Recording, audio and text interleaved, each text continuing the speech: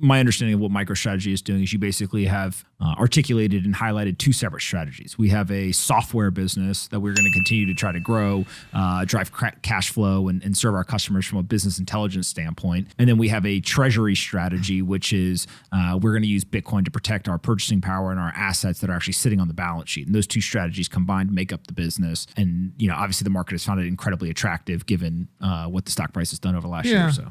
If you're Apple Computer, you've got two strategies you can pursue to get in the digital economy. One strategy is you just buy $50 billion of Bitcoin. And 3 people can do it. And if the 3 people did it, then your stock becomes a Bitcoin derivative. Apple stock becomes a Bitcoin derivative.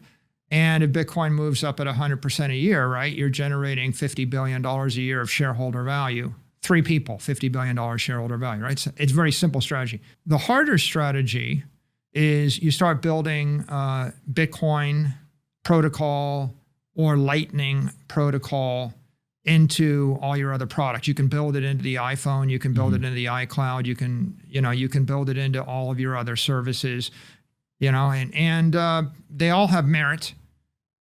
And that's an operating strategy. And at some point, that starts to correlate your revenues to the growth of the digital asset economy and the growth of Bitcoin. So, and both of those are rational. Mm-hmm. What's not rational?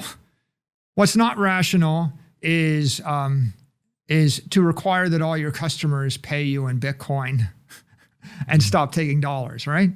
Yeah, you can control what you do with your balance sheet, right, and you can control what your strategy is, but implementing it on your customers. Or to rewire all your back-end accounting systems. So, and it's unnecessary, right? It's not the right way. So, like coming back to my view of the world, I mean, I think my view of the world is we want to find the path of least resistance to fix everything, and that means looking at every single part of the economy. Every country would be better if they had some Bitcoin. Cities can be improved if they buy Bitcoin.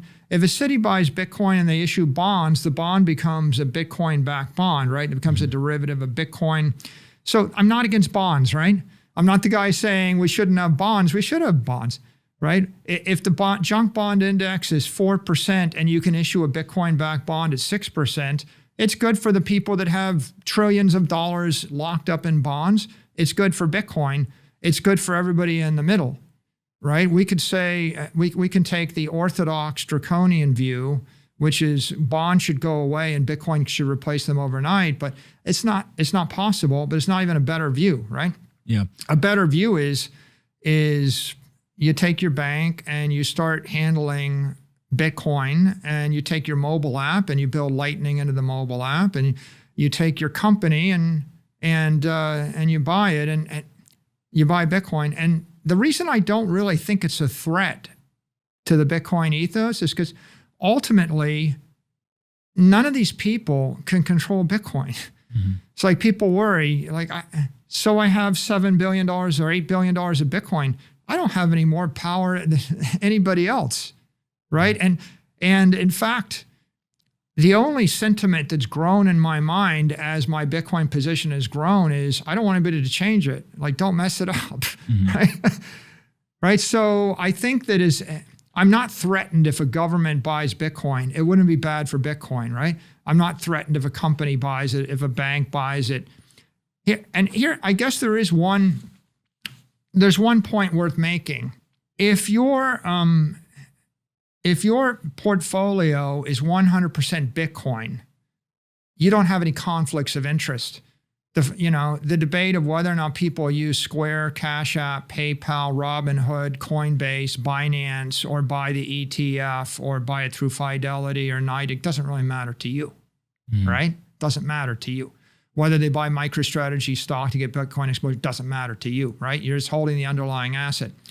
If you decide that you want to get in the business of selling hardware wallets, or if you run an exchange, or if you provide advice, and now you have a conflict of interest.